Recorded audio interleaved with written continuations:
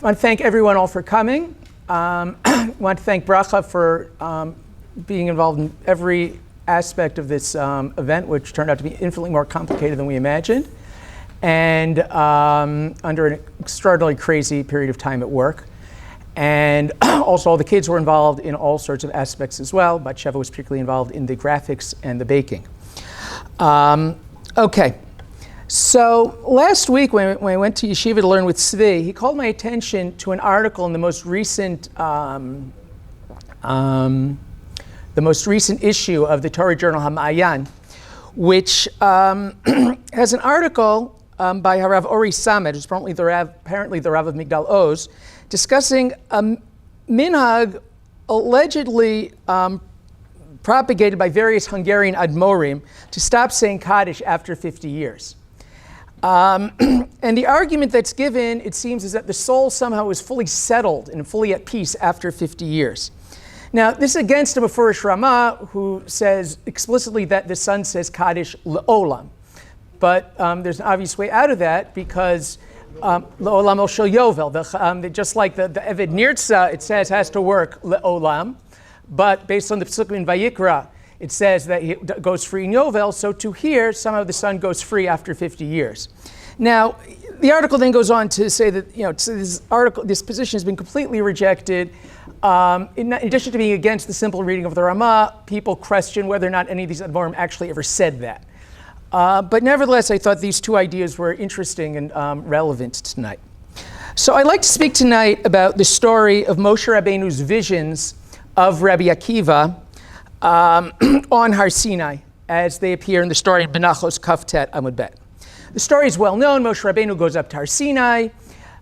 He sees God putting crowns on the letters of the Torah. He says, what are you doing that for? And he says, well, in a long time, many generations, there's going to be a great rabbi, Rabbi Akiva, and he's going to learn halachot, lots of halachot from every one of these little crowns. And Moshe says, I got to see this. And God puts him into Rabbi Akiva's Beit Midrash, and he doesn't understand a word of what's going on. And so Rabbi Akiva, and then one of the students asks, where are you getting all these halachos from? And he says, well, it's halach Moshe Misinai. And this somehow reassures Moshe Rabbeinu. Moshe Rabbeinu says, if you have this guy, what do you need me for? Why don't you give him the Torah? And God says, shtok kach alab machshava lefanai. And so Moshe says, okay, I want to see this person's reward for all this great Torah. And God shows him dying a slow, painful death at the hands of the Romans. And Moshe says, Zu Torah v'zu schara, this is it. And God once again says, shtok kach alab machshava lefanai. A lot has been written on this story, both ancients and moderns. But I think I have something to add in terms of some of the ideas that are being put forward here. The Rambam, in several occasions, discusses three different possible approaches to Agada. On the one hand, there are approaches which assume that Agada is meant to be taken literally. These are actual historical events. This is actually what the Psukim mean. And within that assumption, there are those who therefore think Agada is simply silly and ridiculous and to be ignored. And there are others who take it literally and see this is an Ikar Amuna, to believe everything that's written in the Agada. The Rambam says people who adopt either of those two approaches to Agada are fools. Rambam does not mince words. Rather, he argues that Agada should be understood as a literary tool for communicating ideas. Whatever we think of the Rambam's overall approach to Agada, and it certainly has its weaker points, I think clearly in this story that's what's going on. This story is fundamentally about understanding two central ideas. One is the nature of Torah Sheba'al Peh, and the other is the question of tzaddik v'ra'lo, theodicy, why bad things happen to good people. And now the Rambam himself promised, or he didn't promise, he said at one point he wanted to write a book that would explain his entire approach to Agada, and he never wrote it. It's not clear why. He said, well, I'm not doing it now, from what I understand. But his son, Rav Avram ben Rambam, did write an essay known to us in the Hebrew translation as Ma'amar al Odot Drashat Chazal, which appears in the beginning of the Ein Yaakov, in which he wants to set forward his understanding of the Rambam's, of his father's approach to Agada. And one of the major focuses of this essay is an effort to classify Agadot by genre. He goes through and he lists the different types of stories Chazal tell and classifies them. And at least for Rav Avram ben Rambam, this is critical to understanding the nature of Agada. And clearly, that's central to our story here. Kvod Harav. Okay. So, and because this story, as a lot of people have pointed out, combines the two fundamental genres of rabbinic storytelling. On the one hand, we have Sipurim Darshaniyim, stories which expand the stories in the Torah or in the Tanakh, fill in details, fill in gaps, and clearly this story fits into that category. We have Moshe Rabbeinu going up to Har Sinai. It fills in a very big gap in the Torah because the Torah doesn't really tell us much about what happens to Moshe Rabbeinu once he disappears into the clouds on Har Sinai. And now we have a whole description of what went on up there. It also, some have argued that this story also is somehow a retelling of the events at the end of, in Parshat Kitisa, at the end of that whole period, when Moshe Rabbeinu asked two questions of God, Hareini na et kvodecha, which here it seems might be connected to Rabbi Akiva, the glory of the Torah, and Hareini na drachecha, which in other places as well, Chazal understand as relating to Moshe questioning God's ways in the world and why there is a problem of good things happening to bad people. And bad things happening to good people. That seemed to be his main concern. So on the one hand, we clearly have a Sipur Darshani. On the other hand, we have Sipurei Masei Chachamim, stories that Chazal tell about themselves, about the Tanaim and the Amoraim. And clearly, this story fits into that category as well. We see Rabbi Akiva, we're inside his Beit Midrash, and we see also his tragic death. But what hasn't been asked is how. How do we get these two types of stories together into a single story? And I think, how do we bridge the over 1,000 years between Moshe Rabbeinu and Rabbi Akiva and get them together in one story? That's the reason why we have two different genres. On one level, is because these people don't live at the same time, and therefore they're not going to be walking around in the same story. Here they are.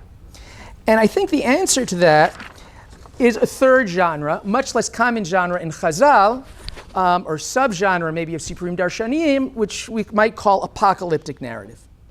Apocalypse now literally means revelation. Right? These are stories about great prophets, generally great figures from Tanakh, who particularly have visions. They see things. Generally, prophets hear things. They hear the voice of God. Here they actually see things. And these are things that are generally hidden from mortals, divine secrets, as it were. Frequently, they ascend to heaven. They get tours of heaven, and they see all sorts of things that are going on up there. Occasionally, they go down to Gehenna as well. They see into the future, particularly the far future, the Achrit Hayamim, the Messianic age, and occasionally also Maseh Bereshit, right? Ma lifnim, ma achor, ma lamata, all the things that we aren't supposed to be able to see. Now, we see these things, we see the beginning of these sorts of stories already in Tanakh. The Nevi'im themselves in Tanakh, in the later Nevi'im, start to report and tell us about their nevuahs, which are more like these sorts of apocalyptic experiences. Yechezkel sees the Maseh Merkava.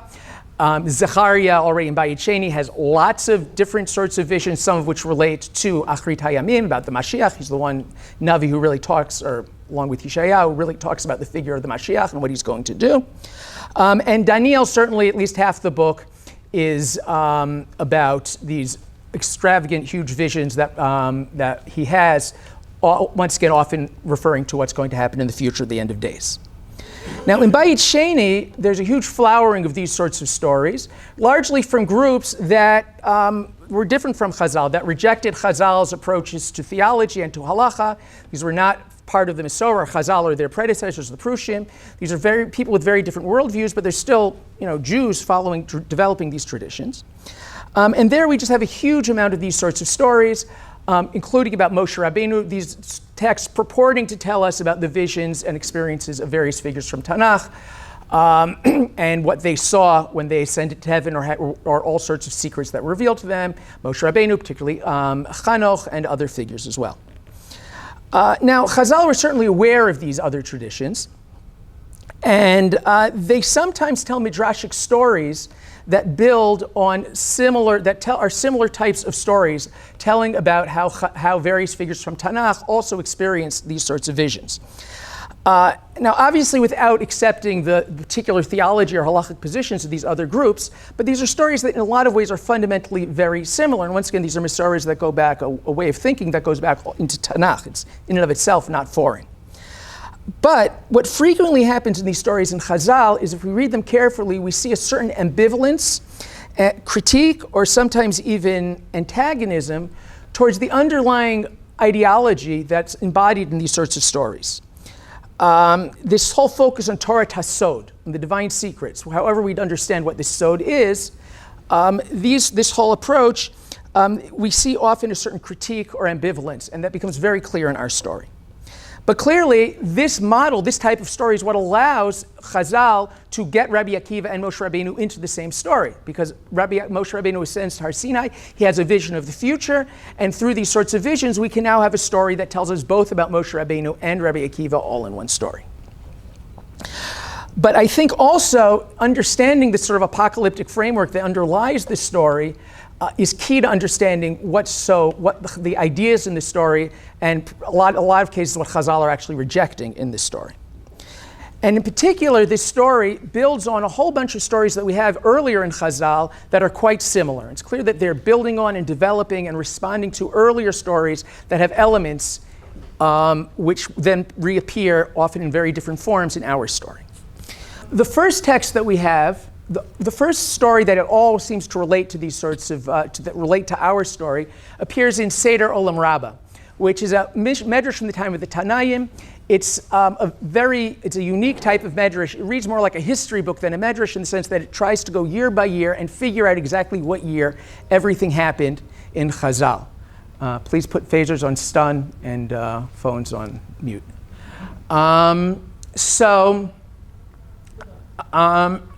Okay, so it tries to tell everything. At the very end of this midrash, we have the following story. Talmud Lomar, Zeh Sefer Toldot Adam, Lamed Shero HaKadosh Baruch Hu L'Adam Harishon, Dor Dor Manigav, Dor Dor Neviav, Dor Dor V'Dorshav, Dor Dor V'Chachamav, etc., etc. Chachmei Dor Dor, Neviei Dor Dor, Tzadikei Dor Dor, Mispar Shmotehem, Minyan Yimotehem, Cheshbon Sha'otehem, Schum Psiotehem. So this medrash says that what is the Sefer Toldot Adam? They understand this as the book of the history of humankind. That Adam Harishon saw all of human history in detail, particularly focusing on the major figures of each generation. And so already in this story, implicitly, we have an account of Adam Harishon seeing Rabbi Akiva, because clearly he's included in Chachmei Dor Dor. This is the first sort of beginning of this sort of a story that relates to our story. Next, we have a story which brings us even closer to our story because it's about Moshe Rabbeinu. This is from Vayikra Rabbah. We're talking about the period of the Amoraim now, still in Eretz Yisrael, about the same time as the Yerushalmi, 100 years, say, before the ending of the Bavli, the editing of the Bavli. Yoshua desichnim b'shem Rabbi Levi Omer. Melamed Shero HaKadosh Baruch Hu L'Moshe, Dor Dor V'Chachamav, Dor V'Nevodav, Dor Dor V'Dorshav, etc. So Moshe Rabbeinu now on Har Sinai has the very same vision that was previously attributed to Adam Harishon, and now he sees all of history. So now we're even closer to our story. But more than that, Moshe Rabbeinu asks a question about something he sees, which is parallel to the question he asks in our story. V'kevan she'ir elo l'shol hamelech, l'shol melech Yisrael nofel b'charev, Amar lefanav Ribonu Sholem, kachu kvodam shel banecha, melech shomed aleim tchila nofel b'charev. So once again, he sees not Rabbi Akiva's terrible death, but he sees Shaul HaMelech's terrible death, and he asks, how can this be? Parallel to our story. But here he gets a straight answer. Amar le HaKadosh Baruch Hu, v'liat omer, emor al HaKohanim b'nei Aharon, d'mekatrigin alei. We can't get into the details of the complexity of this medrash, which actually in the whole picture is pretty complicated, but fundamentally what God says is he deserved it because he killed the Kohanim, or was responsible for the death of the Kohanim in Nov.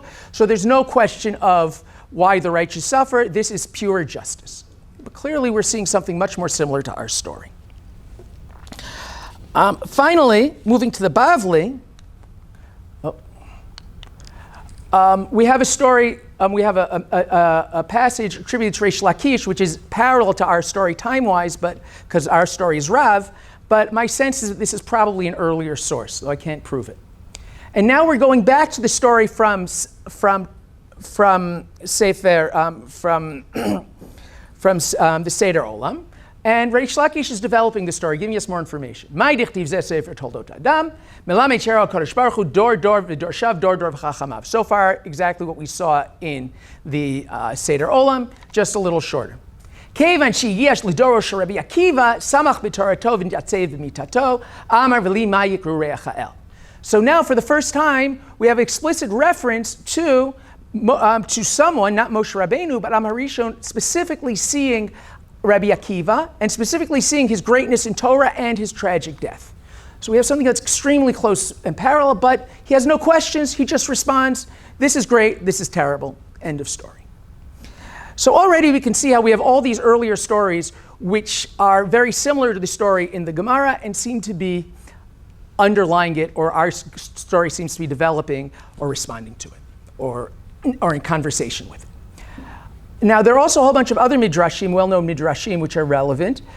There are famous midrashim which talk about Moshe Rabbeinu not only receiving the Torah on Har Sinai, but receiving the entire history of Torah on Har Sinai. It says he received the Nevi'im and the Ketuvim, and he saw the Gemara and the Mishnah and everything. And in the words of the Yerushalmi, at least in the printed editions, he even heard the questions that a student would ask before his Rebbe. The Kitvei Yad actually say he even heard the psaks that a senior student would paskin in front of his Rebbe, which actually makes a lot more sense.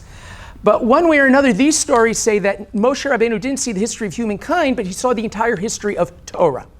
And in doing that, and that also is parallel or opposite of what we're going to see in our story.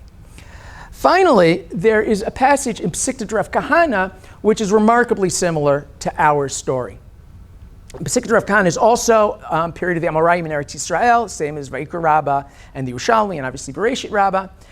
And it focuses on the special lanings, the special readings, Torah readings and Haftorahs throughout the year, not to be confused with Pesikta Rabbati. And here's what it says on Parshat Parah. Amar lo HaKadosh Baruch Hu, Moshe lecha ani megala iskei para, aval la'acherim chuka. So first of all, this midrash tells us that Moshe Rabbeinu received things on Har Sinai that were never transmitted and no one else understands. He understands the secret meanings of the midrashim, of the halachot. And para aduma, which for everyone else is a chok, and we can't understand how it works, Moshe Rabbeinu understood exactly how it works. And he understands exactly how it is, this mystery of how it is that gets rid of the tuma, of tumat meit. So now we have this notion of Moshe Rabbeinu receiving these inner secrets of the Torah. That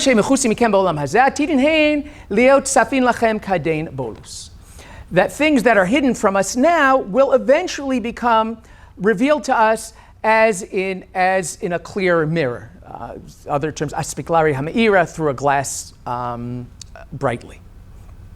And this discussion goes on and says, Amar Rav Acha, Dvarim shlo niglu Moshe b'Sinai niglu Rabbi Akiva v'chaveirav v'chol yakar ra'ata'ino zeh Rabbi Akiva. So now, for the first time, we have this idea that Rabbi Akiva saw things, had things revealed to him that Moshe Rabbeinu didn't see. However, this does not seem to be talking about halacha as in our story. It seems the simplest understanding of this medrash is that it's a reference to the story, which is already in the Tosefta, of Rabbi Akiva v'chaveirav going into the Pardes. Now, it's not clear exactly what the Pardes is, but clearly now we're talking about some sort of mystical experience. In the Gemara and the Bavli, it seems he's actually ascended to heaven in some way and seen what's going on in heaven. So now we're saying that whatever Moshe saw, Moshe received secrets in heaven, things that no one else knows, but Rabbi Akiva saw even more. So now we clearly have, this clearly reminds us of our story. B'shash ala Moshe l'shmei marom, Amra HaKadosh Baruch Hu Yoshev v'osek b'parshat Parah, v'omer halacha mishem omra, Rabbi Eliezer Omer, Egla bat shnata u'Parah bat shtayim. So just like, there is a way to do it, okay. Just like Moshe Rabbeinu in our story goes up to Har Sinai and sees God doing something seems not quite logical, attaching these apparently worthless crowns to the words, here he sees something quite curious, God reciting the Mishnah, the first Mishnah in Parah, which begins Rabbi Eliezer Omer in this halacha. So Moshe asks him, just like he questions God in our story. Amar Moshe lefnei HaKadosh Baruch Hu, Ribon Olam, Halyonim v'atachlonim b'rshutcha. V'at Yoshev Omer Halacha Mishmosh L'Basar. That means, what are you doing? Why do you need people's Torah? You're God. אמר לו הקדוש ברוך הוא, משה צדיק אחד עתיד לעמוד בעולמי, ועתיד לפתוח בפרשת פרה תחילה, רבי אלעזר אומר, עגלה בת שנתה ופרה בת שתיים. Once again, God tells Moshe Rabbeinu about a great Tana in the future. This time it is Rabbi Eliezer, Rabbi Akiva's teacher. And he tells him that this is why he's learning it, because he's such a great tzaddik. And once again, Moshe makes a request of God. Amar lefanav ribono olamim, yeh ratzon sheyeh mechalatzai. Amar lo chayecha shu mechalatzecha. Hadehu dichtiv, v'shem echad Eliezer, v'shem oto amiyuchad Eliezer. Moshe Rabbeinu asked that this person be his descendant, and God says, yeah, he is your descendant. And there's a drasha on the pasuk about Moshe Rabbeinu's actual immediate son, Eliezer, and saying this is actually referring to Rabbi Eliezer. So, on the one hand, just a minute. Okay. On the one hand, this is very similar to our story. Moshe asked God what he's doing in heaven. We get the parallels. On the other hand, first of all, this isn't quite apocalyptic because Moshe Rabbeinu doesn't see anything here. He only hears voices. It's much more like traditional nevuah. But second of all, this is a very straightforward story. This is just a story about how great Rabbi Eliezer was, and Moshe saw how great he was, and he wanted to be his forefather, and in fact, he was. There's no complicated questions. God doesn't refuse to answer the questions. Nothing's left. There's nothing particularly mysterious or requiring much explanation in this story. Okay. Now that we have the whole set of texts and stories that seem to have been in circulation before the Gemara, we can now see, and the Gemara that Chazal in writing this story were aware of, we can now get a sense of what our story is doing and why it's so different. Amar Rabbi Yehuda Amar Rav, B'shah sha'ala Moshe l'marom, matz'o l'kadosh baruch hu sheyoshev v'kosher ktarim l'otiyot. Amar l'fanav ribono sh'olam, mi ma'akev al yadcha? Amar lo, Adam echad yesh shatid liot besof kama dorot, v'Akiva ben Yosef shmo, shatid lidrosh al kol kots v'kots tilin shel halachot. Amar lefanav, ribono shalom hareuli. So the first thing that we should notice in this story is that already there's an apocalyptic element in here.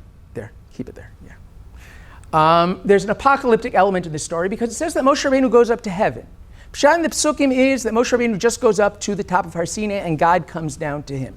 We almost don't notice it because there are a lot of midrashim which talk about Moshe Rabbeinu actually going up into heaven, but this is not Pshat in the Psukim. This is something that Chazal are developing into the story. Not a big jump, but that's not actually what it says in the Torah. Next. But there are things that are quite different already from the stories that we've seen already. Because Moshe Rabbeinu does not see all of history in this story. He just sees God finishing up writing the Torah, which is what I guess we'd sort of expect.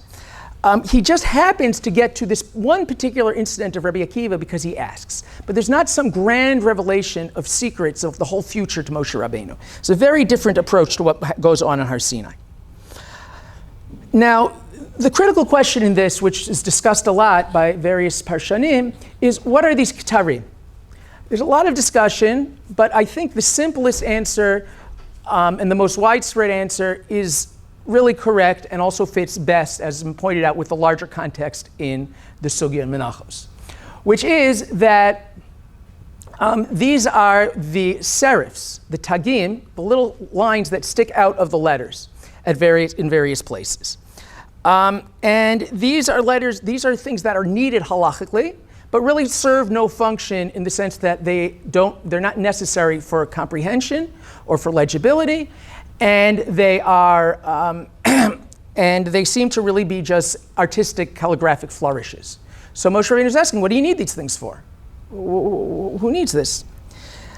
And then he says, okay, Rabbi Akiva is going to learn lots of halachot from them. And this is why people have trouble with this interpretation.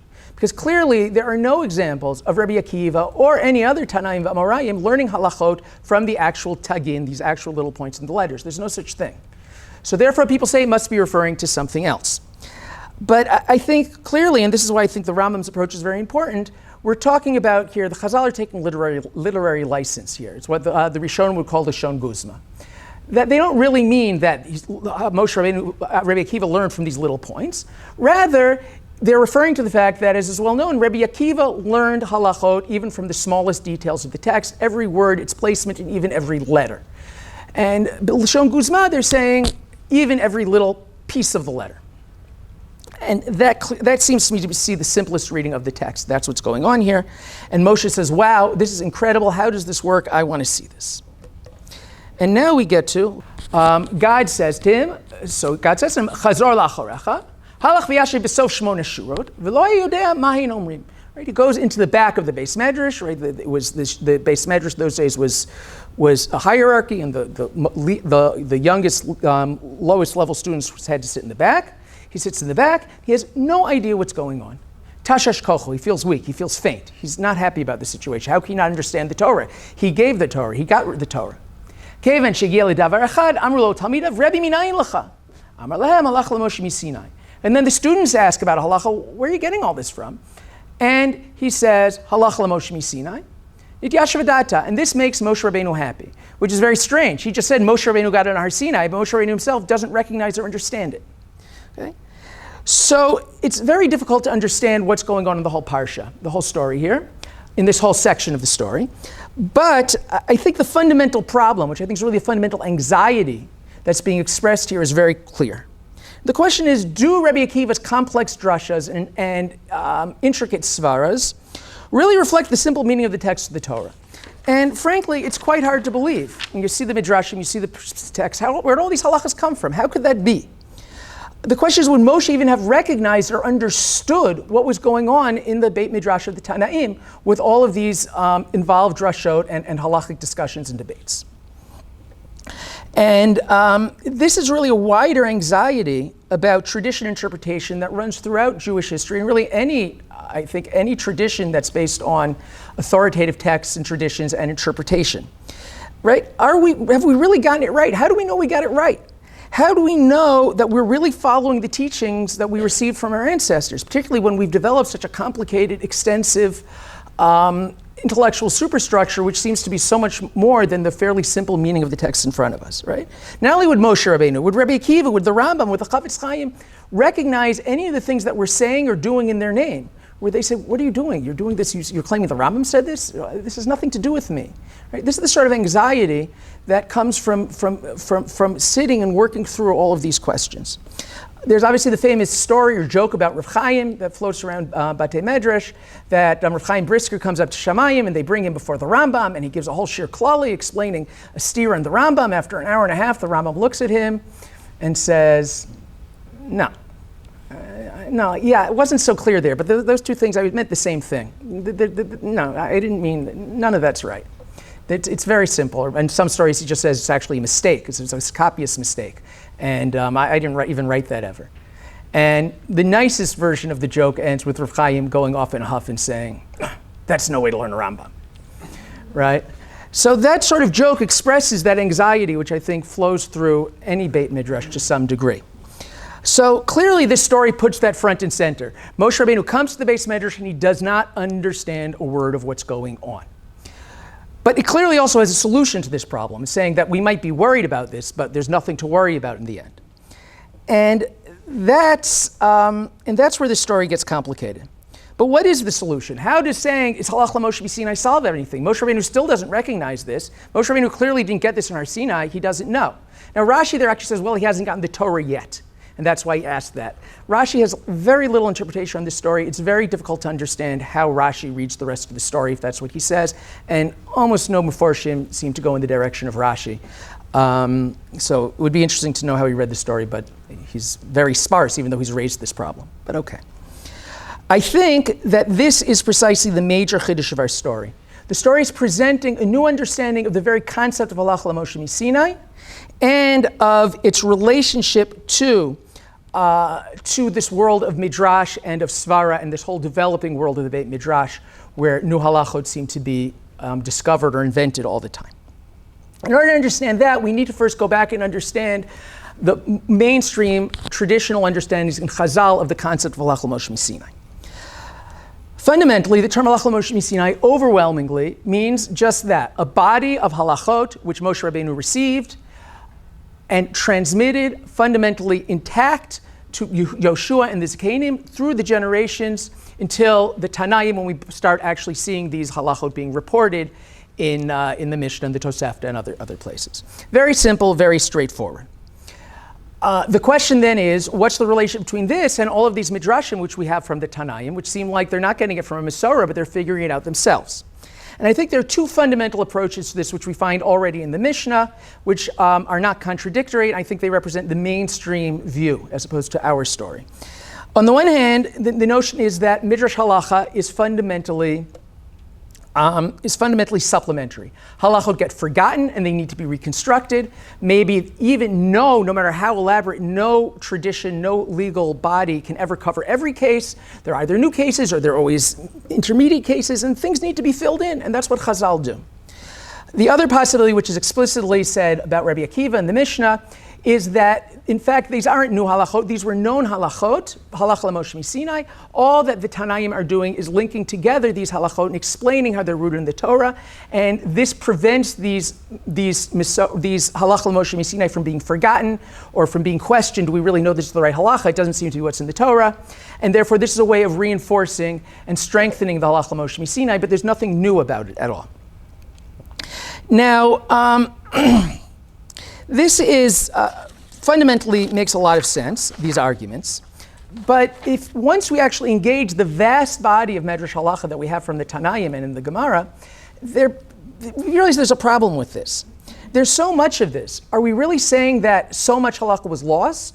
Or that the body, the whole Halacha Moshe Sinai was so spotty that the Medrash Halacha had to fill in all of these details? Like, it doesn't, there's a problem here. It doesn't quite make sense. And it certainly looks like a lot of the time that these are not halachas that are being reconstructed or explained. These are halachas that sounds like until the Tanaim walked into the Beis Medrash, no one had ever heard of them before. So this explanation doesn't quite fit. And I think that our story is responding to that problem and trying to suggest another possibility. In order to understand that, we need to understand what our story is doing. We need to go back to the apocalyptic framework. Azania Dean of Rutgers wrote a very nice article on this story, and he argued that this story needs to be understood in terms of an already ancient notion about prophecy, which is that sometimes prophets receive prophecy but do not understand what they're receiving or do not fully understand what they're receiving, and only in later generations does another prophet have revealed to them the true meaning of the original prophecy. And if that's the case, and we see that first of all in Daniel. Daniel receives from an angel the new interpretation of the 70-year prophecy of Yirmiyahu about the 70 years of Galut. He says actually it refers to, or additionally refers to, Michael's position it is additionally from what I saw, additionally refers to 70 weeks of years, a much longer period of time before the actual end of days, the ultimate redemption, not just the Shivat Zion, which we see in the Torah. So, later at the end of Daniel actually gets a prophecy. He says, I don't know what any of this means. And the voice comes down and says, this Nevuah was not supposed to make sense. It's only going to be explained at the end of days. And we see this sort of idea floating around by Yecheni quite a bit. And this seems to be what's happening here in our story. That Moshe Rabbeinu receives the Torah, but he doesn't really understand it, or doesn't fully understand it. And the true meaning of the Torah is only revealed later. Now, generations later, at the hands of another figure, this came Rabbi Akiva. Now, this is a little different because these aren't divine secrets. We understand why secrets of the ultimate Geula need to be hidden and only revealed at a later point. But here we're talking about halachot. And Rabbi Akiva doesn't get the meaning through prophecy or through some sort of mystical praxis. He gets this new meaning through svara, through the use of his own intellect and these tools of midrash, and thereby he's able to retrieve from the text the true meaning of the text. Part of the reason why I like this reading is because it's parallel to the description of Rabbi Akiva's endeavors in midrash in Avot Rabbi Natan. Here we have, you can't see here, you have it in Nuscha Bet. There are two versions of Avot Rabbi Natan, but they're more or less the same. This one's just a little clearer. Here's what it says. Hey Rabbi Akiva, no se v'notin beino levein atzmo, v'omer, v'omer, aleph zeh, bet zeh, lama nichtav. He looks at after 40 years, he's 40 years old, he goes to learn the whole story, and then he says, he looks at every single letter of the Torah and asks, why is it there? What does it mean? What special things do I learn from this word? And then it quotes two consecutive psukim from Eov. Bitzurot yarim baka v'chol yakar atayino mibchi narod chavash v'taluma yotzior. That's Someone's got to be. He couldn't be up to You got to. Where did he go? That's his job.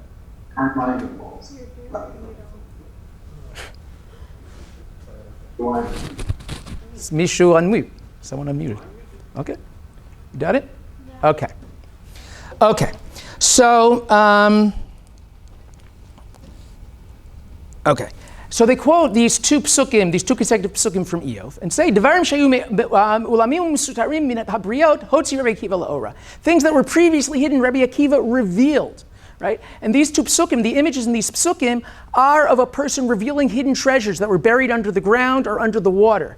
And through apparently his engineering knowledge and his hard work, he's able to reveal things that were hidden. This is not about new meanings of the text that weren't there before. These is simply about revealing the true meaning of the text that was always there. And there are a lot of people, including my understanding from Moshe Feinstein, who seem to want to understand our medrash as saying these are actually different meanings that weren't there before. I think that the simple pshat here is that Moshe Rabbeinu was simply uncovering, revealing the true meaning of the text, which was hidden even for Moshe Rabbeinu. What's going on here is that despite the fact that our story is using all of these apocalyptic ideas and motifs, it's challenging the fundamental assumptions of this apocalyptic worldview. That the ultimate achievement of the great Nevi'im and of the great mystics was being granted access to these sorts of divine mysteries, about the Torah Tasod, about the nature of God, the nature of the nature of the heavens, the end of days, or some true, deeper, inner, hidden meaning of the Torah. According to this story, Moshe Rabbeinu received no such things on Har Sinai. It seems that the literal reading of the story, which is very extreme, is that he didn't even receive any body of oral tradition, Salach Moshe Sinai. All he receives is the physical text of the Torah, which has within it all of the Torah Shebal Peh, but Moshe Rabbeinu himself didn't understand any of that. And this is the exact opposite of what we see in the other midrashim, which suggests that Moshe Rabbeinu received all of the Torah down to every last chiddush and every last little point ever to be made in history. And now Moshe Rabbeinu receives something very, very limited, and he doesn't even understand what he's received. And as for Rabbi Akiva, the great secrets he received or he revealed were not about what goes on up in the Pardes, what goes on up in Shamayim, but rather have to do with the details of the halacha of how to behave in our day-to-day world. And once again, he doesn't get this through nevuah or through any sort of mystical visions. He does it using rational or ostensibly rational tools for understanding the text. Now, what we have here is something that I think reappears repeatedly at different points throughout Jewish history, which is the displacement of sod, either usually mystical or philosophical knowledge, with what we might call lumdus, the knowledge of the complex inner workings of the halacha. From what I understand, Chaim Soloveitchik argues this is what's going on with the Balei Tosfos. They don't really understand how that works. From what I understand from Rabbi Lamb, this is what happened to the generations following Rav Chaim Volozhin, as there's a move away from learning Kabbalah, with the belief that the true way to reach God is through Havayas Dabaye and Rava, through the details of and the understanding the halachic logic of the halacha, and not by pursuing these sorts of mystical visions. Not necessarily denying them, but shifting away and saying this isn't really the way to make it to God. Obviously, there are always countervailing voices. This sort of opinion never is able to stand on its own. But now things get complicated. This often gets skipped, this line. You read to counsel the story, people often just jump right over this line. He says, Amar l'fanav b'no shalom, yesh lecha adam kazeh v'ata notein Torah al yado. Now, simply, the simple meaning of this is that this story is reflecting Moshe Rabbeinu's great humility. Right? Moshe Rabbeinu says, Shlach na b'yad tishlach. He's never been interested in the job. He's never been interested in any of this glory. And he says, if he can do it, what do you want me for? But God's response, Shto, kach alav machshava lefanai, suggests there's something more going on here. What seems to be going on here is that,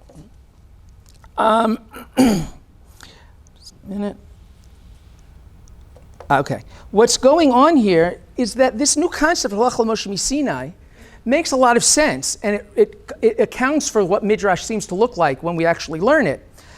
But the question still is why? Why do it this way? It doesn't really make a whole lot of sense. It would have made a lot more sense, as most of Chazal say, if Moshe Rabbeinu just received the Torah with its meaning.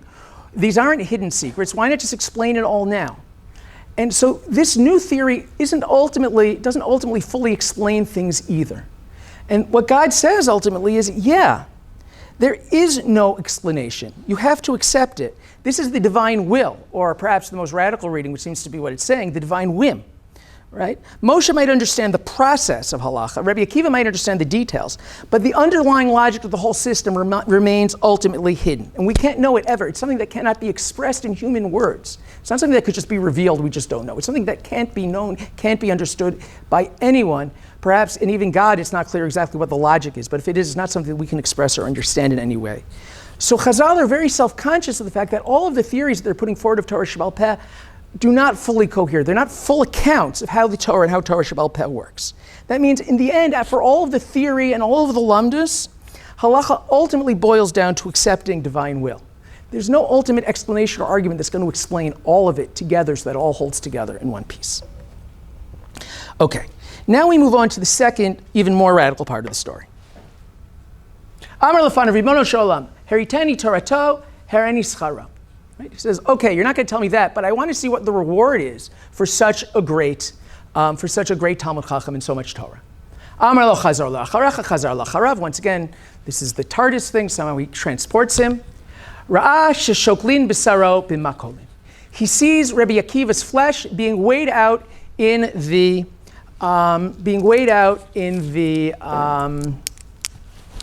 marketplace, presumably being sold as dog meat. And it's important to note that in this story assumes that we know the entire famous story of Rabbi Akiva's death, how he was arrested for teaching Torah, either as it appears in Brachos as we have it, or something similar. How he was arrested for teaching Torah, how he died saying Shema Yisrael, happy they could fulfill the mitzvah of giving his life for God. And at least in the printed editions, because there are big differences between the printed editions and the Kitvei Yad of this story, his skin is being torn off. He dies by his skin being torn off through metal combs. The story here assumes we know all of that and can just give us a little picture of what happens at the end, and we can immediately fill in all of that. Now,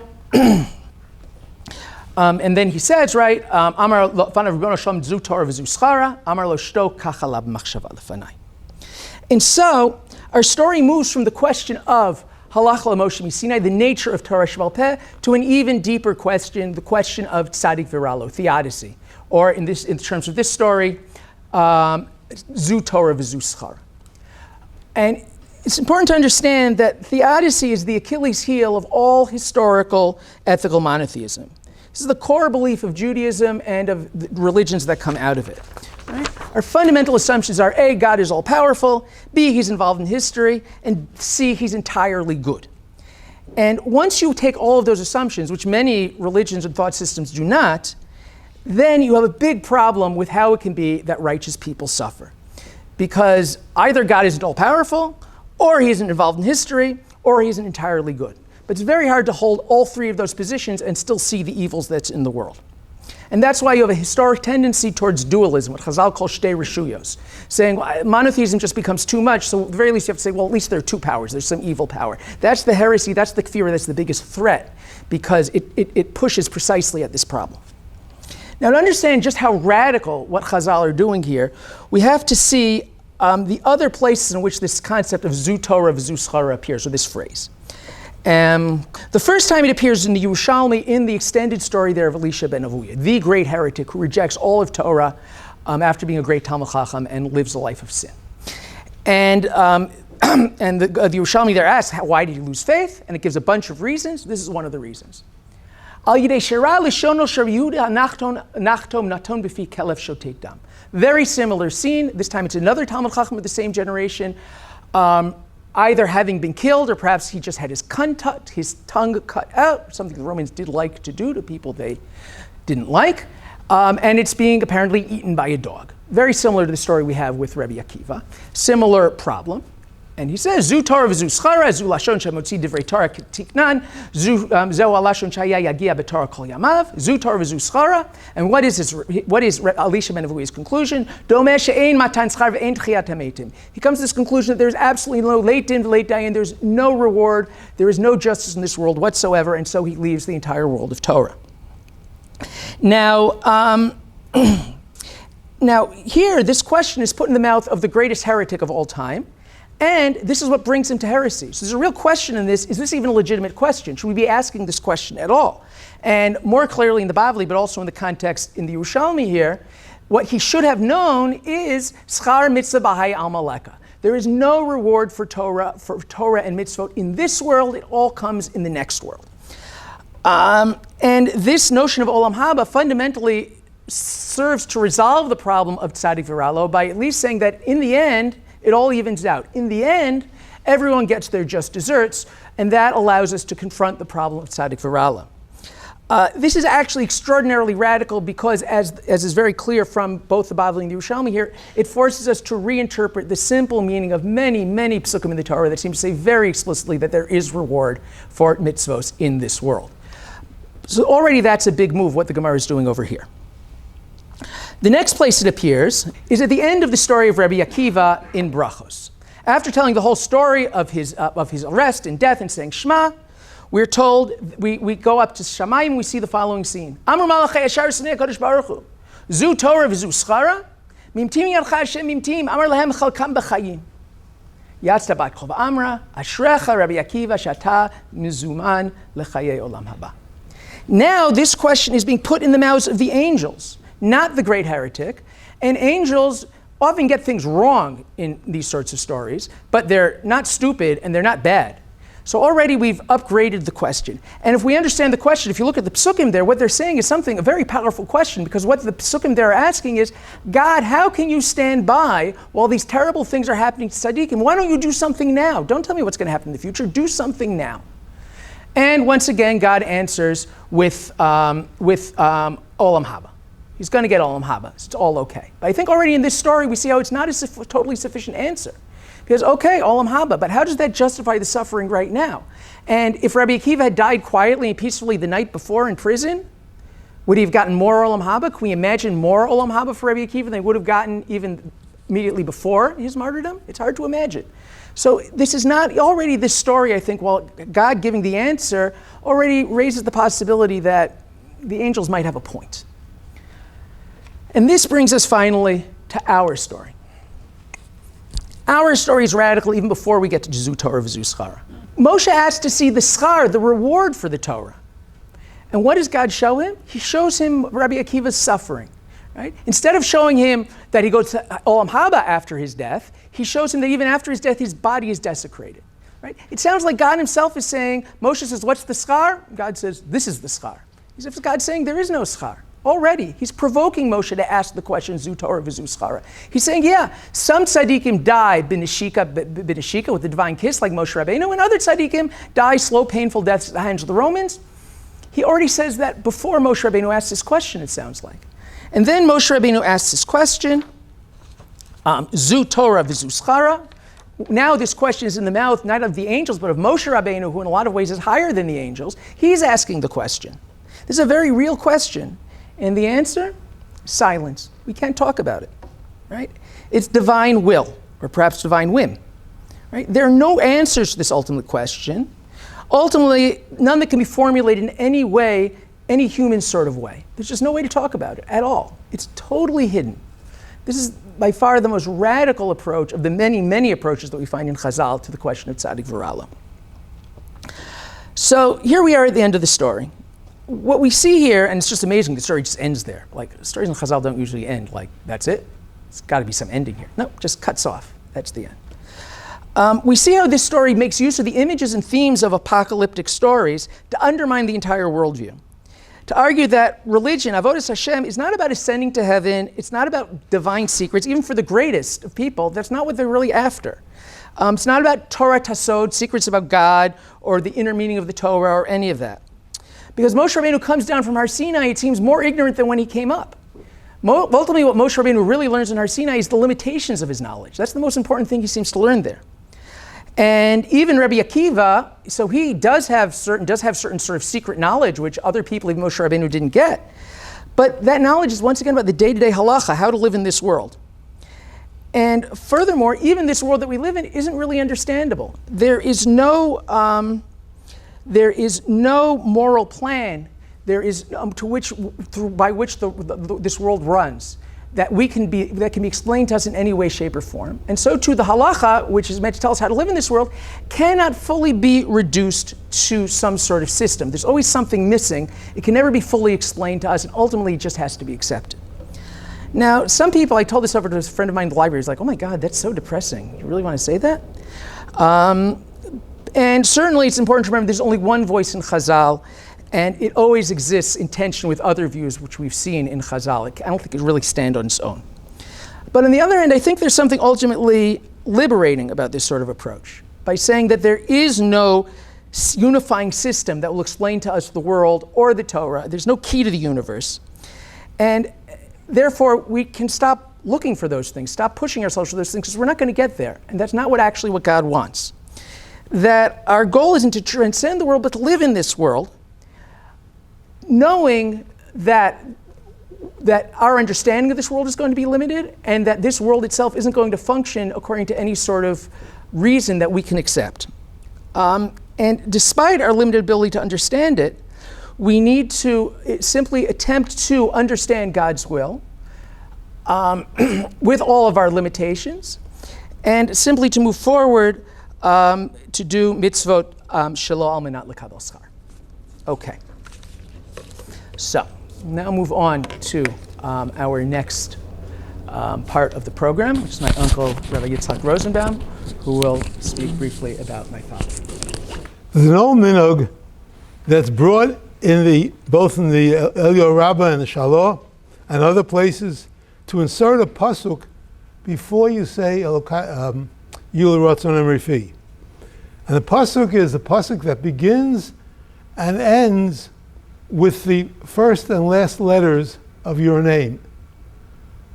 So I always thought that my brother Heshi, Tzvi Aryeh, his psukim were Tzaru Matzuk Masauni, Umitzvosecha Shashuoi, and Ashrei Yeshvevesecha Od Yalucha Sel. You see, Tzvi Aryeh. While I was looking, just checking something out, Agavurcha, looking for something else, I saw that there's actually another pasuk. Ashrei Maskil El Dol, B'yom Ra Yimalteu Hashem. Whichever one of the psukim is, I'm pretty sure Heshi said Ashrei Yeshvevesecha, and Tzara Matzok, I remember he said, there is a beautiful drush on Ashrei Yeshvevesecha, which is why I want to say Rabbi Shua ben Levi. Got to find my papers here.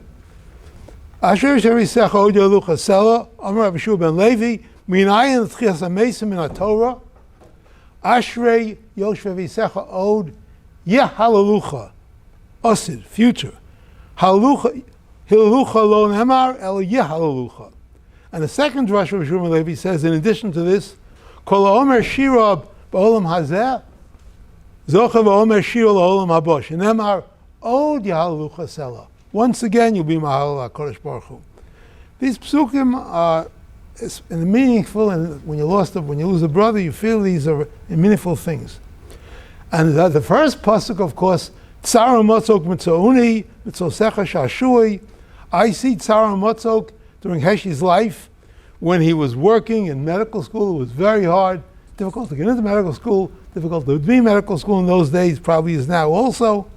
But nevertheless, no matter how much Tzara Matzok is there, Mitzosecha Shashui. Your mitzvos are my joy, my pleasure, my playthings. Heshi was 5 years younger than I was. I hope I can read my, I had cataracts done, so things are different with glasses. I don't know, I read without them now. He's 5 years younger than I was, and he followed me in school, 5 years behind me, first in Yeshiva of Hudson County, then in Yeshiva Rabbi Yaakov Yosef, and then in Yeshiva Rabbeinu Yisrael Elchanan. Although he followed me there only in time and space, he was very much the leader in studiousness. I still remember him as a child, always together with our cousin Moshe Zichrono Livracha. They were almost like twins. They were born only 2 weeks apart, and we lived in the same house, three families. They were together. They were always together. And they were in the same class throughout elementary school and high school. Came to Yisrael Elchanan. They parted ways. Moshe went to Philadelphia, and Heshi went to YU. But Heshi almost never got into trouble by himself. Moshe was an active boy, to put it mildly. And Heshi was the apple of my parents' eye. He had many friends because he was such a good friend. My sister Esther remembers that his friends would come over for Shabbos and other times, to play ball other times. And on Shabbos afternoon, they would learn with my father, as my father did, Zechron Livracha, did many years for many of the children. I don't remember I did that because I had no friends in my area, or very few friends that came over. But Heshi had lots of friends. Among his friends, besides Moshe, was, let me see the list, Stanley Fass, Jackie Hella, both of them Zechron Livracha. Heshi, they joined Heshi in the Olam HaEmes. And the Hadam Chaim L'Chaim, Arichas Yom V'Shanim, Billy Schwartz, and Eli Turkel. He was also an avid sports fan and a fine athlete who loved to play basketball, and he also loved, this I heard from my sister Esther, Heinz ketchup on his eggs, and woe to the little sister, Esther, who was that, who disturbed him while eating his eggs and ketchup and reading the sports pages in the morning. Above all, however, he was an excellent student, and he possessed midos tovos. When he was approaching bar mitzvah, which I remember should have been Parshas Bahar, was scheduled in Congregation Beth Abraham in North Bergen, it was discovered that there was another boy scheduled for the exact same Shabbos. Probably a mistake. What to do? The parents of the other boy were more than willing to share the Shabbos with us. Say, we'll share, you'll do this, we'll do that. But my parents and Heshi decided this would not be fair to the other boy, who was a Talmud Torah boy. All he would do was say the Haftorah, while Heshi was ready to read to learn the entire Parsha and daven for the Yomud. So therefore, it was decided that Heshi would move his bar mitzvah. And so his bar mitzvah was moved 1 week later to B'chukosai, and Heshi had to learn another Parsha, which he did with equanimity. And that word marked his life, equanimity. That's who he was, calm, pleasant, and true.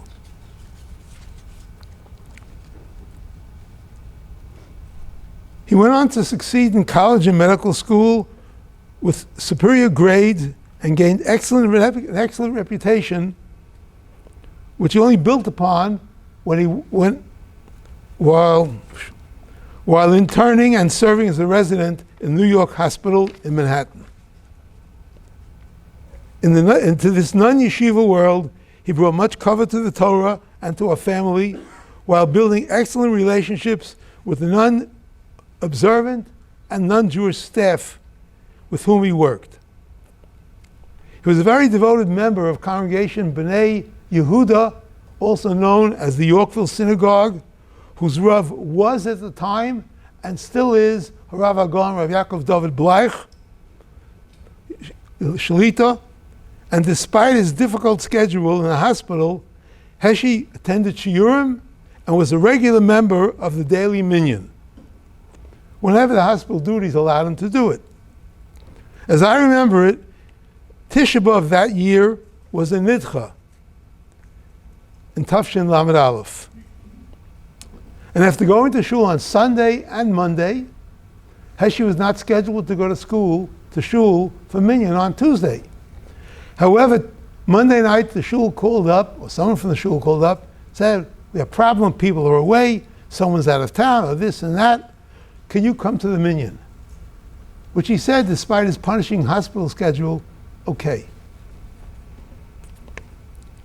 The next morning, he hopped on his bicycle to ride to shul, but never got there, as Hashem had decreed that his brief stay in this world was over. I remember I was working at the time in the family business Palisade Knitting Mills in Guttenberg, New Jersey, when I was called to the phone at 9 o'clock and heard the terrible news from a family friend. I then had to tell my parents. I don't know how I did it. I don't think that I believed the news. I thought it was a case of mistaken identity. But it wasn't. Tsar Motzok Mitzouni. Tsar Motzok had overtaken our family. However, mitzvah secha sha'ashuoi. Heshi's excellent reputation, which he had earned in New York hospital, led to the fact that subsequently the hospital organized and sponsored a lecture in his memory, which was sort of unheard of. He's only a lowly resident. You know what a lowly resident is. But this was done because of who he was and how he lived. He was one of those rare people who create a Kiddush Hashem by the way they live.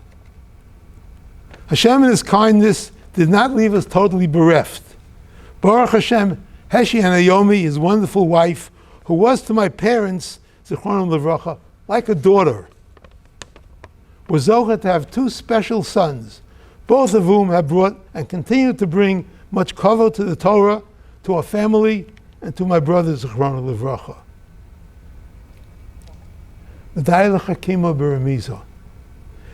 And his B'nai Bonim are continuing his legacy. Yehi Zichro Baruch.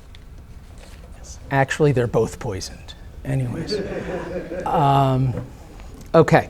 So now moving on to the last part of our of the night. We have a series of siyumim. First from my brother, Dr. Yuri Simon, who will be joining us from New York, we think. First of all, thank you.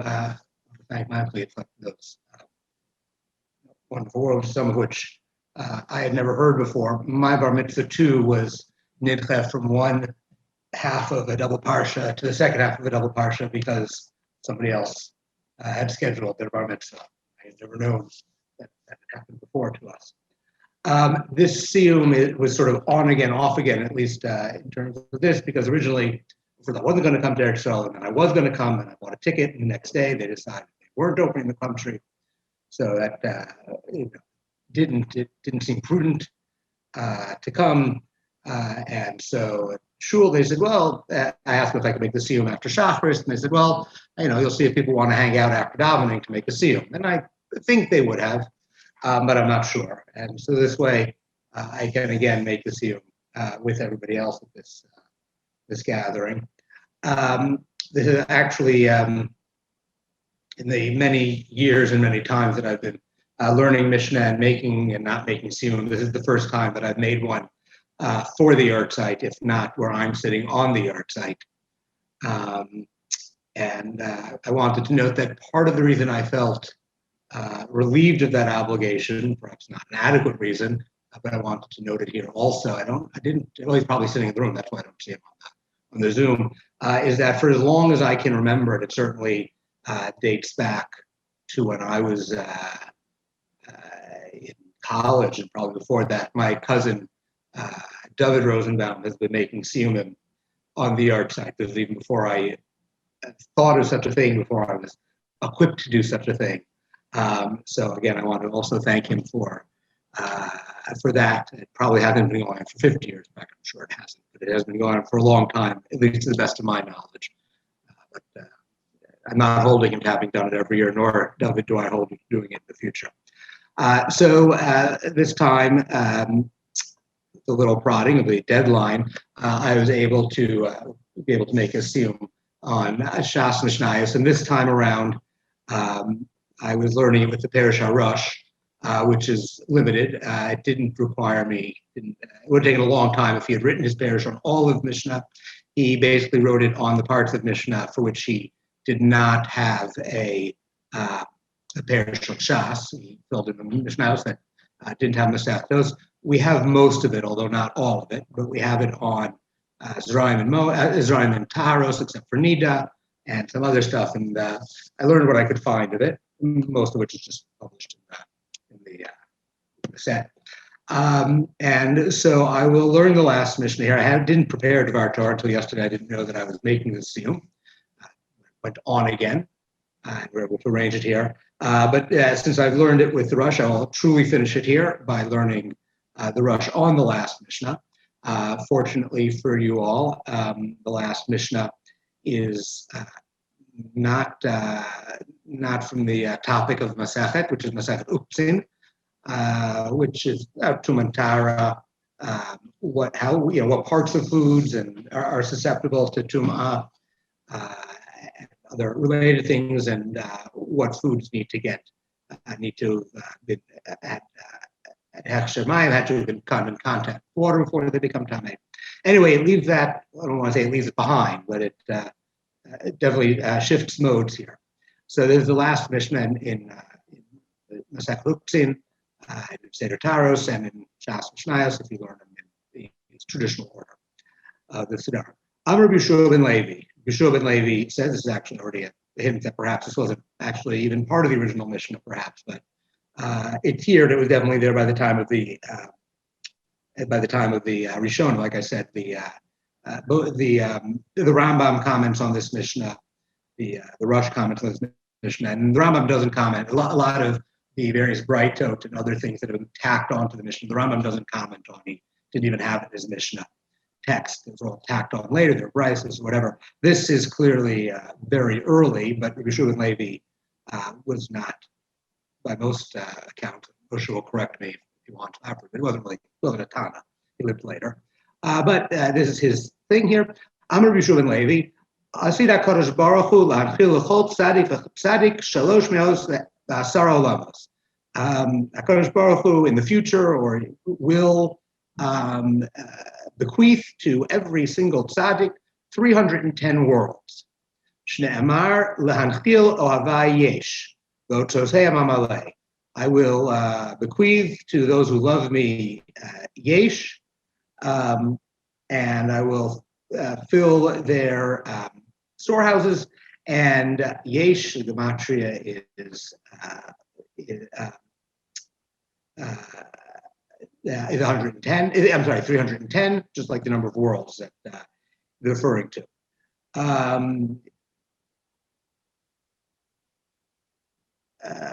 Sorry. Rabbi Shimon ben Chalafta says, "Lo matza Kadosh Baruch Hu kli machzik bracha Yisrael el hashalom." Rabbi Shimon ben Chalafta says, Kadosh Baruch Hu couldn't find a utensil, a vessel to hold the brachos for Bnei Yisrael, for Am Yisrael, any better than shalom.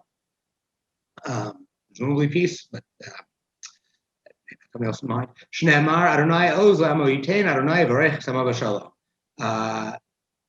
Hashem is strength to his people, and he blesses his people. B'shalom.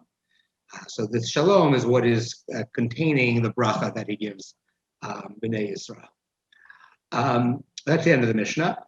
The Rosh here explains really only the first half of the Mishnah.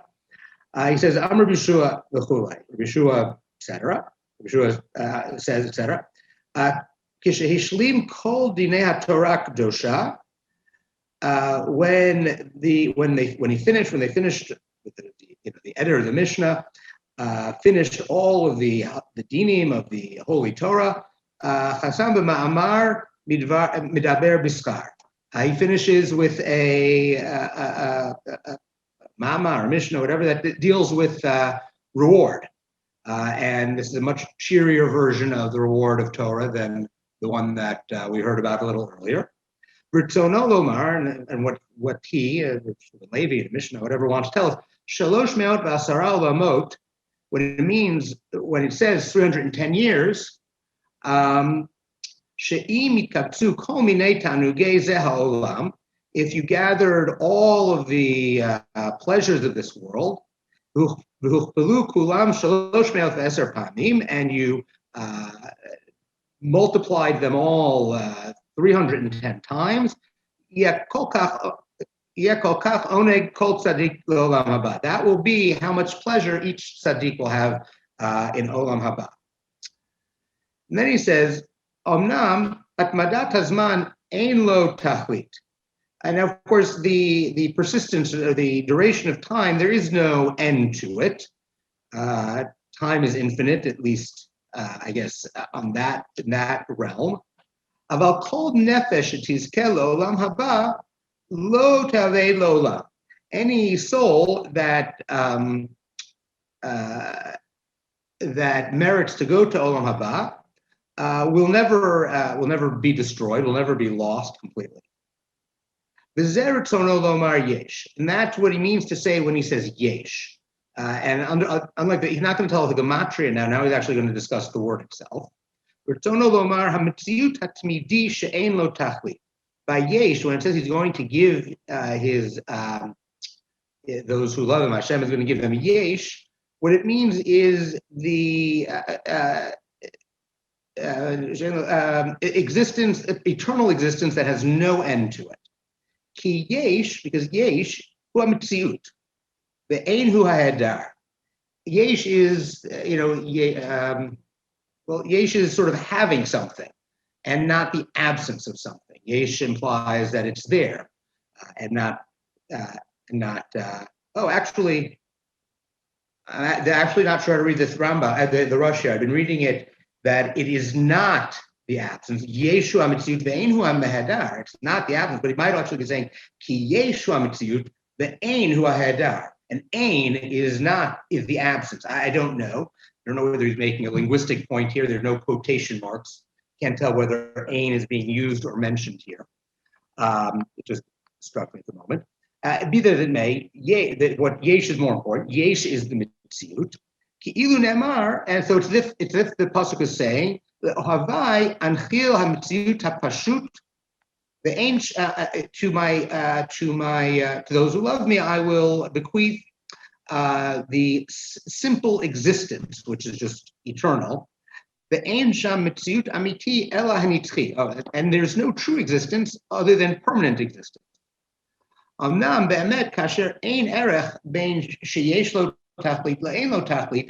indeed, just as in truth, there's no comparison between the value of that which has no end, or that which has an end, and that which has no end. Kain ein erech. So too, there's no comparison between those pleasures, enjoyments that we have in this world, to that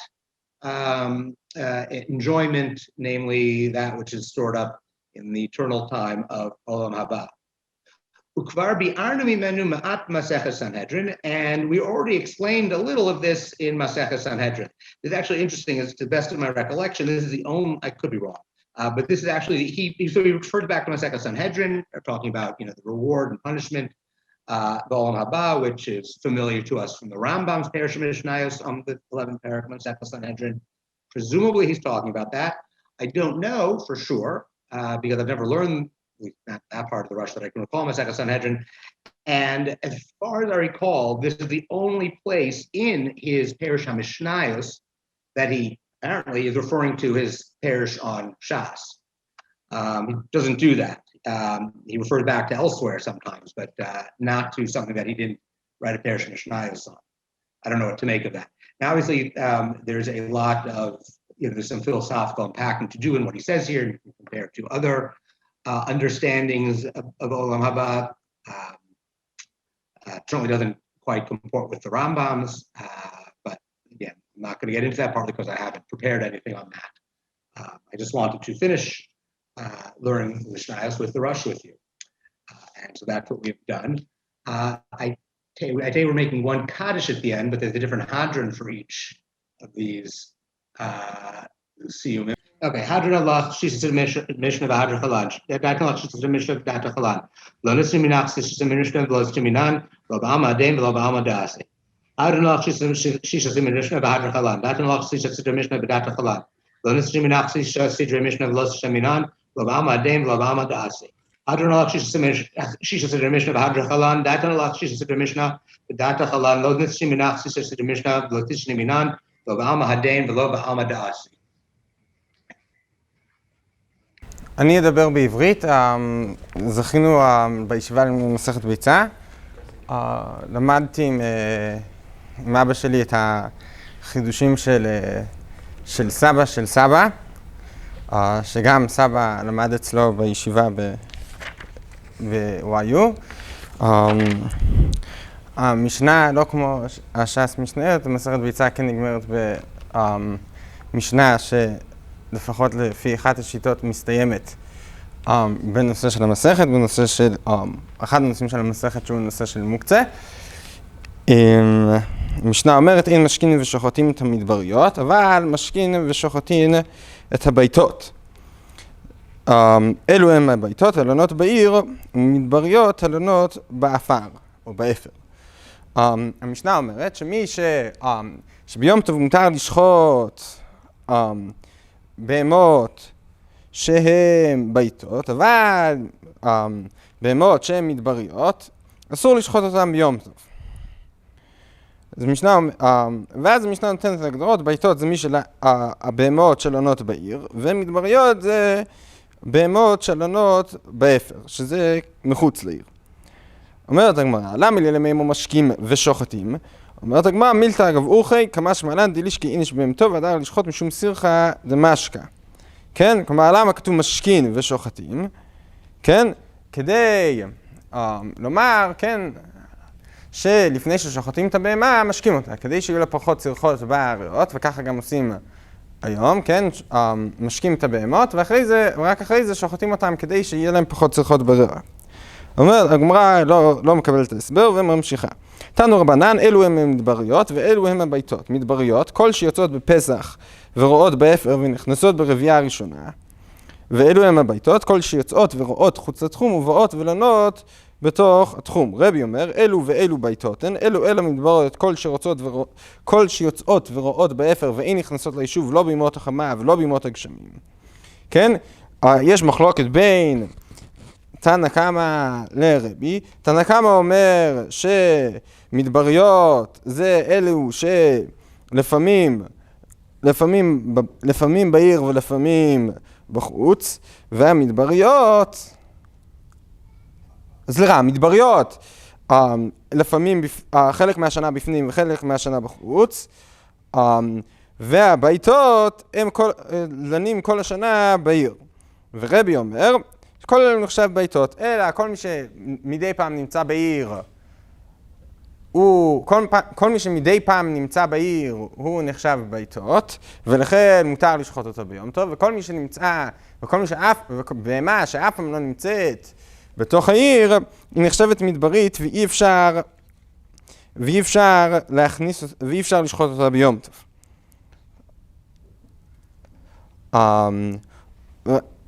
ושואלת הגמרא, ומית לי לרבי מוקצה, כן? מי אמר שלרבי יש מוקצה? לפי השיטה הזאת, לרבי יש מוקצה, כי יש בהמות המדבריות, שאומנם הסבירות שישחטו אותם נמוכה, כי הם לא יהיו בעיר, אבל משמע שכן יש מוקצה. והבא מיני רבי שמעון בר רבי מרבי, פצילי תמרה לרבי שמעון מהו? והגמרא שואלת, כן? האם רבי סובר דין של פצילי תמרה, כן? השאלה האם זה דומה למחלוקת רש"י ותוספות, האם זה דומה לצימוקים וגורגרות או לא דומה? אומרת הגמרא, אמר לי, אין מוקצה לרבי שמעון, אלא גורגרות וצימוקים בלבד, כן? כלומר, שרבי שמעון סובר רק, שיש מוקצה רק בגורגרות וצימוקים בלבד, אבל בכל שאר סוגי המוקצה, אבל הוא טוען שאין כזה דבר שאר סוגי המוקצה. אומרת הגמרא, זה אפשרות אחת. איבייתי, מה אני נמי כגרורות, שהבהמות באמת נחשבות כגרורות וצימוקים, כן?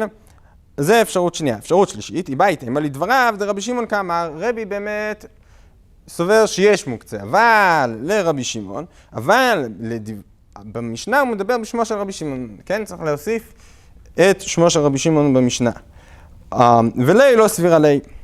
ואיבית אימה לדבריהם דרבנן כאמר לו, לדידי אין מוקצה, לדידחו עוד ולא מיעט, היכד יוצאות ורואות בפסח ונכנסות ברביעה הראשונה דביתותן, ואמרו לי רבנן, לא מדבריותן. כן, אפשרות שלישית, כן, שאומנם רבי סובר שאין מוקצה, והחכמים סוברים שיש מוקצה. אבל המחלוקת הוא גם בשיטת חכמים. איזה בהמות נחשבות מוקצה או לא, כן? זו מחלוקת שחורזת בעיקר את מסכת שבת וגם את המסכת שלנו, האם לרבי שמעון יש מוקצה או אין מוקצה. כן, המאירי אומר, כן, שלא שלרבי שמעון אין מוקצה, יש פחות מוקצה, יש יותר מוקצה.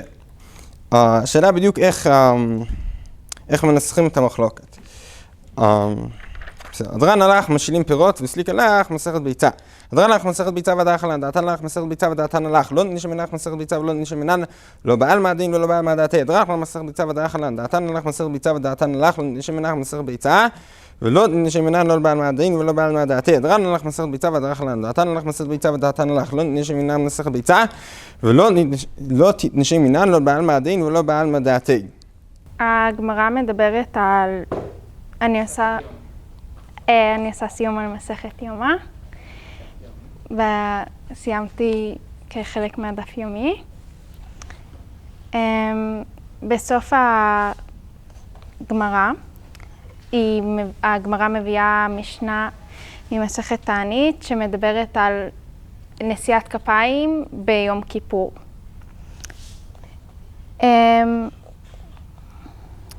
בהתחלה יש בכלל דיון על מהי התפילה הזאת, יש כאילו מוזכרת תפילת נעילה, אז בהתחלה יש דיון מהי בכלל תפילת נעילה, ואז הם מגיעים לדיון הזה. אמר רב, תפילת נעילה פותרת את של ערבית. רב לטעמי דאמר צלותא יתרתא, וכיוון דצלילי תולה צריך. אוקיי? רב בעצם אומר שאם התפללת תפילת נעילה, אז אתה לא צריך להתפלל תפילת ערבית, כי זהו התפללת. עכשיו, זאת עמדה מאוד מוזרה, כי זה אומר שתפילת נעילה בעצם היא נאמרת בלילה, אבל אז אין נשיאת כפיים בלילה, אז כאילו אין. אז בירושלמי במסכת תענית שואלים את השאלה הזאת, לא בדיוק עונים עליה, אבל אומרים שיש סיפור על רב שהוא מתחיל לפני השקיעה ומסיים את התפילה שלו בשקיעה, אז חשבתי שאולי רב סובר שרק צריך לסיים בשקיעה. כלומר, נושאים כפיים לפני השקיעה ומסיימים אחרי השקיעה.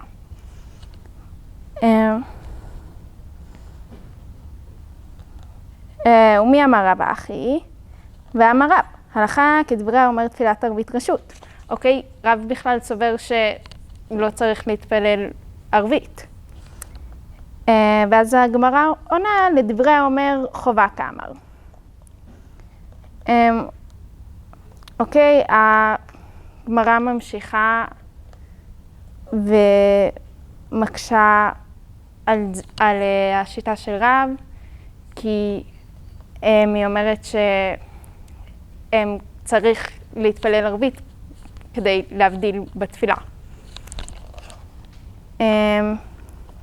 היא ממשיכה ואומרת, תנאי, דתניא, כל חייבי טבילות טובלין כדרכן ביום הכיפורים, נידה ויולדת טובלות כדרכן בלילי יום הכיפורים, בעל קרי טובל והולך עד המנחה. רבי יוסי אומר כל היום כולו. כלומר, לפי רבי יוסי לא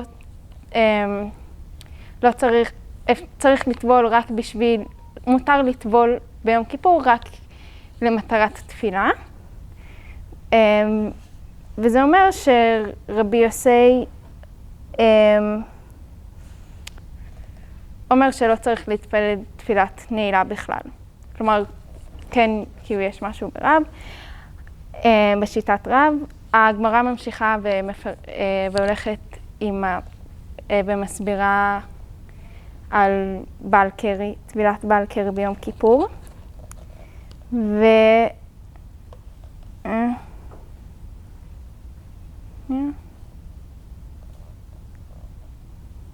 סליחה.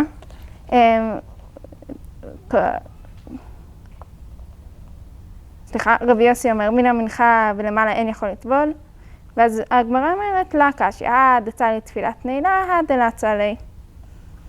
היא ממשיכה עם העניין של בעל קרי, ובסוף מגיעה לזה. תנא קמי דרב נחמן, הרואה קרי ביום הכיפורים, עוונותיו מחולין לו. והתניא, עוונותיו סדורין.